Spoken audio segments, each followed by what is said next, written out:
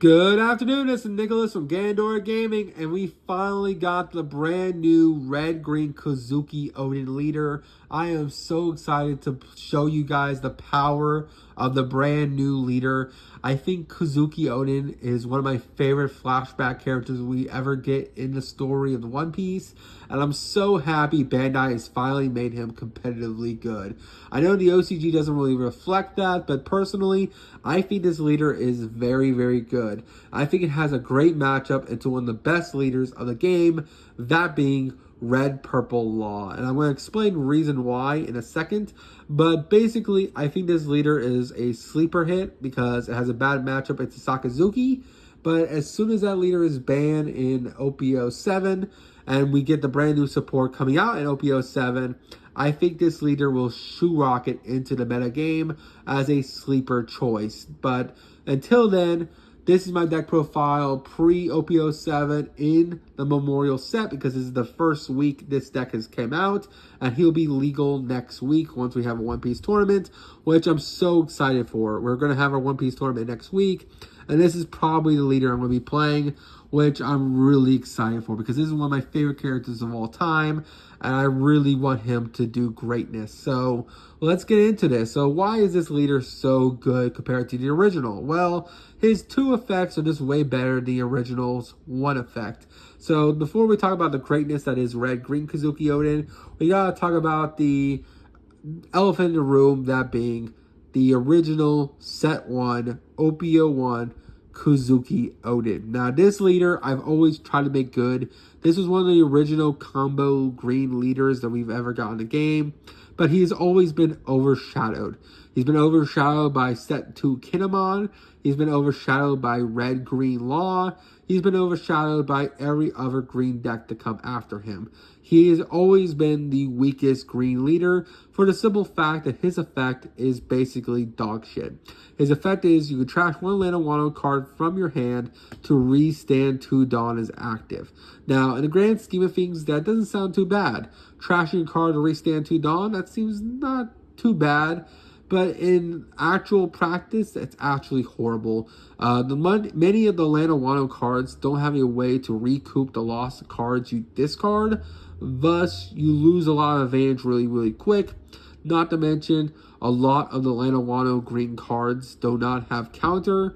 Thus, this leader dies to everything. He dies to being out combo, he dies to aggro, he dies to control, he dies to everything. And honestly, his leader does nothing for him. His effects are basically useless. His effect is basically -1 for a turn, which really, really sucks. But Bandai has finally revamped his leader into an actual beast. The brand new leader has 2 amazing effects that completely blow the old leader out of the way. First effect says all Land of Wano type characters without a counter gain 1,000 power according to the rules. Basically meaning characters like Okiku and Kinemon, they gain 1,000 counter now. They are no longer vanillas with no counter. They have counter according to the rules. So you can discard them from hand, and basically meaning every Land of Wano monster in the deck will have counter, which is pretty good because a lot of Land of Wano cards don't have counter. As I showed you, Okiku does not have counter, Kinemon does not have counter, Denjiro does not have counter, Oden does not have counter. There's so many cards in the Land of Wano typing that have no counter and are just like really bad to have in hand. But this leader ultimately fixes that, and that is just really solid. If that was the only effect on him, he would be good on his own. But no, he has a second effect, the cherry on top, that makes this leader absolutely crazy. The simple fact that with 1 Dawn, when he attacks, if you control a 5 cost or higher Land of Wano type character, this character becomes a 6,000 attack leader for the turn and until the next turn as well. Basically meaning, hey, this leader becomes a Whitebeard. The Whitebeard leader, the 6K vanilla that was rocking the OPO 2 format, yeah, he becomes that, which is pretty insane. And the fact that he has access to both green and red, and he starts out at 4 life, is very impressive. Now, I think out of all the brand new 6K leaders, he is arguably one of the best ones. I think he is better than the yellow Yamato leader. I think he's arguably better than the 3 life red purple Luffy leader. It's arguable. I think they both have really good standings either way. And then he is arguably as good, if not more better than the Whitebeard leader, just because Whitebeard hasn't gotten support since OPO 2 and 3, and this leader has. So I think that's the only reason why I would say he's better. Also, I am very biased because I hate Whitebeard, the leader, and I love Kozuki Oden, the character, so I'm very biased. So don't take what I said with a grain of salt. Anyway, let's go straight into the deck profile because I'm still experimenting. Now, most of the ratios, I think they're pretty standard. There are 6 cards in this deck that I'm still testing out until we get the OPO 7 cards, in which case this deck will get updated and I will make a video on that. So let's get straight into this. So first things first, the first test card we are testing is 10 Drop Dolphy. Now the reason why I say I'm testing 10 Drop Dolphy is because he doesn't really gel with the leader. The kind of idea of Oden is that you always want to have one Dawn in him, and you always want to have a 5 cost or higher Land of Wano type character, so that basically you can always be a 6K leader. But Dolphy doesn't have that. For one, he's 10 Dawn, so you can't put a Dawn on Kozuki Oden unless you have a character that puts Dawn that was rested onto a character. 2, he is not Land of Wano, thus he has no counter, thus he is not able to be used off the discard continuous effect that our leader has. And 3, he's not really searchable in the deck. However, what he does do is freeze the board. He is still one of the best green cards we have ever gotten in the game. He is still a very, very powerful boss monster, and honestly he's kind of doing what I want this leader to do. So the whole game plan of this leader is kind of just swing big number at your opponent and always block out of every hit, because your leader is either too big for them to swing effectively into him, or you freeze their field with 10 Drop Dolphy. Now I'm only playing him as a 2 of, just because there's another big cost character with no counter that I want to play as a 4 of, and I just felt like this card is just good if you see it, and it's just a really solid card in general. It wins games, it's a really good card. You know what 10 Drop Dolphy does, he's basically in every green deck profile under the sun. But let's talk about a new card. Well, he's not new, but he is new to Oden as a leader, that being Whitebeard. Whitebeard is the king. He is the GOAT. He is one of the best cards in the game, and he is absolutely incredible for this leader. For the simple fact that, hey, not only is he a 9 cost that gives 2,000 power to your leader, but because he is a 9 cost, you still have the ability to put a Dawn, the last remaining Dawn, on your leader to make him a 8K until your opponent's end of the next turn.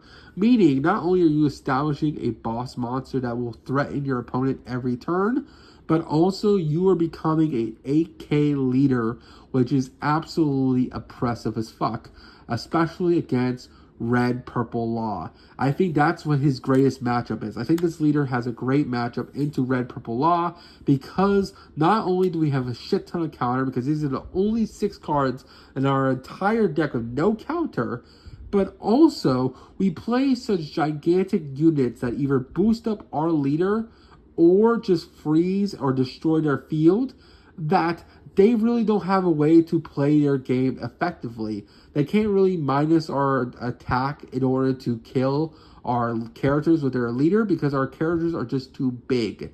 Now, I will say Blue-Black Sakazuki and the new Black Rob Lucci coming out in OPO 7. Now, that leader might give us some trouble. But hopefully by OPO 7, we have a better game plan when we get the brand new Land of Wano cards in OPO 7. But either way, I think for the Memorial set, which is the meta we're in right now, I think this leader has a great matchup versus one of the best leaders in the game. That being Red Purple Oden, because you will always be a 6K leader if you're doing your effect correctly.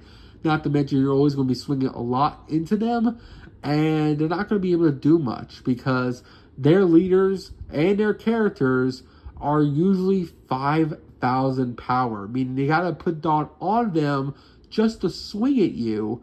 and it's not really cost efficient for them. They can't really remove your characters well. They can't really swing at you well. And honestly, you're kind of just a house. I think the only two cards in that matchup you do gotta be afraid of is the new Mr. Two Bond Clay, because it can become the attack of a monster on field or a leader on field. Thus, it can match you. Or the new Kid and Killer card. That card, if you have 2 or less life, does become a 7k beat stick, and it has Rush. So that is the other card you do have to worry about. But besides those 2 cards, I don't think there's anything in that deck that actually intimidates you at all. I think everything you play just completely outshines them, and I think you will just be a very, very powerful powerhouse going forward, especially since they're not really having a Dawn efficient turn, and they're never going to have that many Dawn on you. You're just going to have way more Dawn in them, you're going to have way too many big characters on them, and you're going to have way too many defensive cards on them. You're too defensive for them to deal with, and you're too big, which is pretty amazing. The next card we're playing is for Kazuki Oden. Now, a lot of lists only play him as a 3 of. I think we should just play him as a 4 of, just because, one, he's an 8-cost Lanawano, so you can play him, still use your leader effect, and basically be crazy. But also, he does have 1,000 counter because of leader, so worst comes to worst, you can just trash him from hand. Also, this guy has double attack. Basically, when he swings, you can restand him by resting 3 Dawn, which is pretty incredible.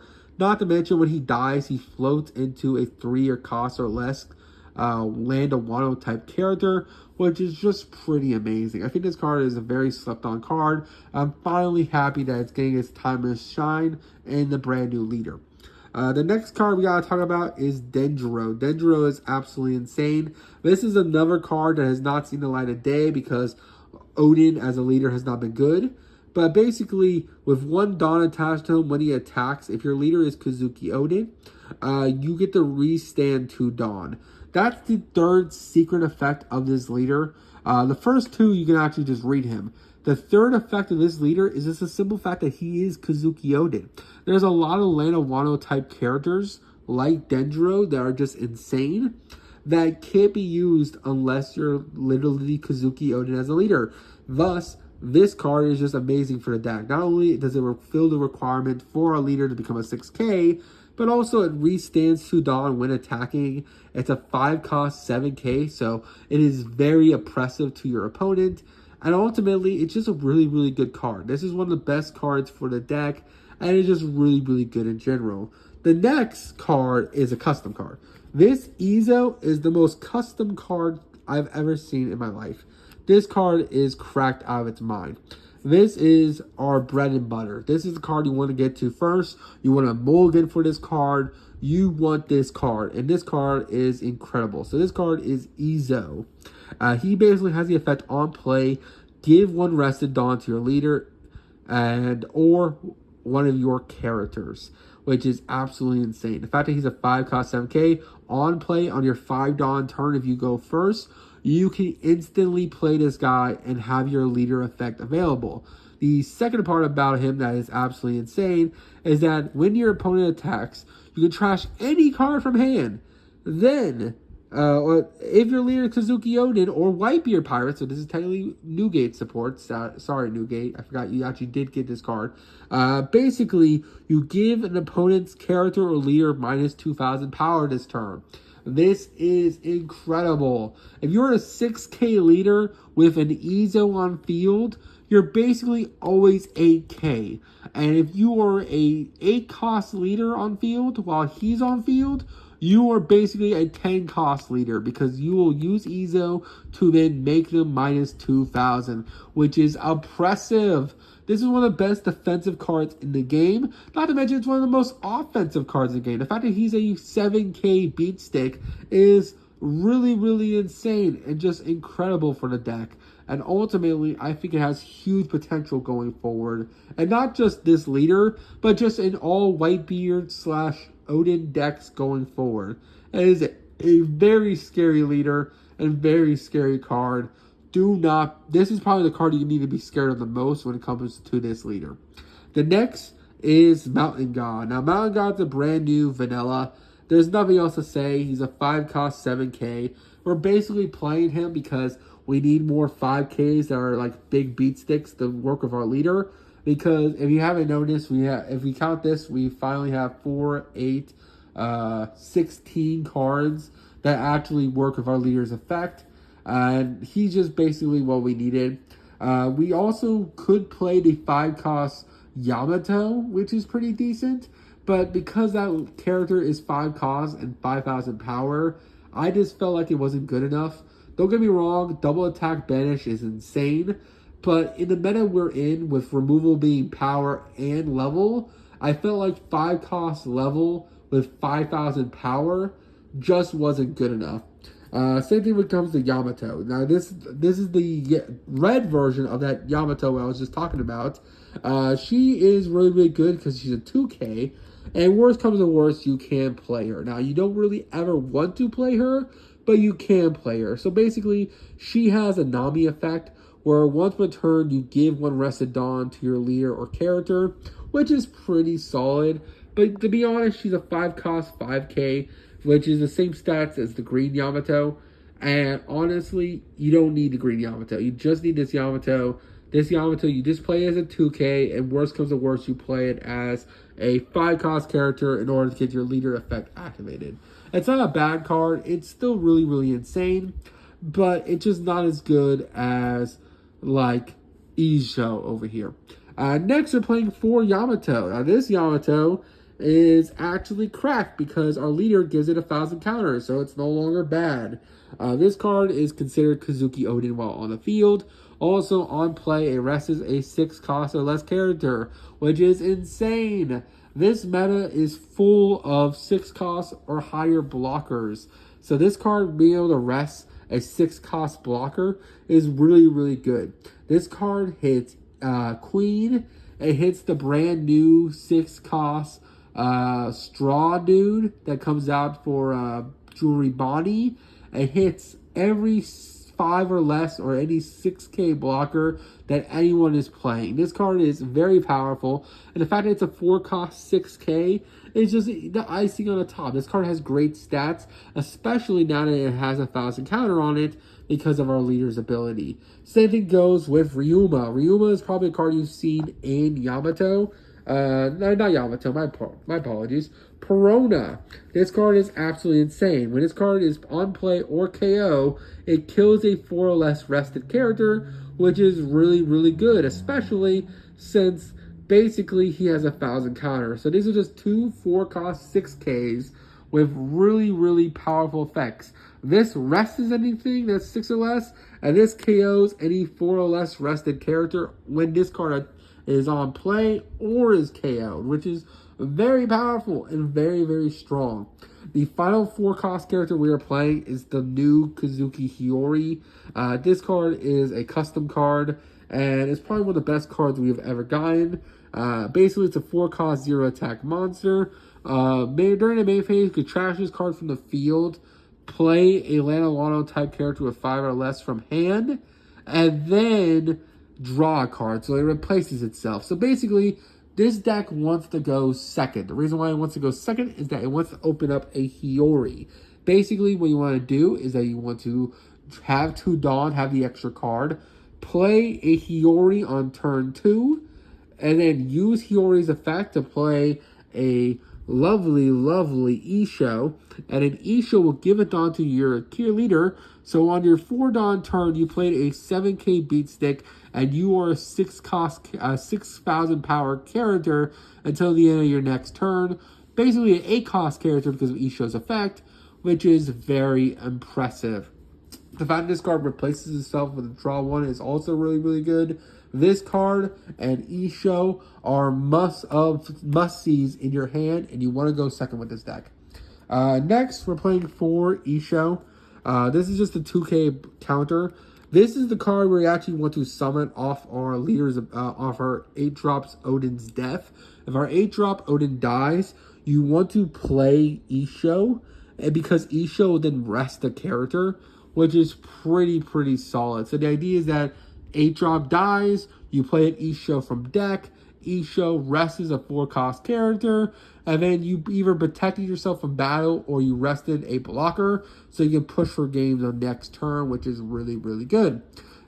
Next, for our last 2K we're playing 4 Otamas. Otama is just one of the best cards in the game. It is a Land of Wano card, so this card is searchable off Momonosuke, and basically it gives a character minus 2,000 during this turn, which is absolutely incredible. And then finally, we're playing the 4 Momonosuke's, because of course we are. This is our Land of Wano searcher. This card just says, hey, rest the Dawn, rest this character, and you get to look at the top 5 and add a Land of Wano to your hand. What else is not to love about this card? This card is absolutely incredible. So that is it for the deck profile for you all today. I hope you all enjoy. Don't do anything stupid. I'll see you all next one. Bye-bye.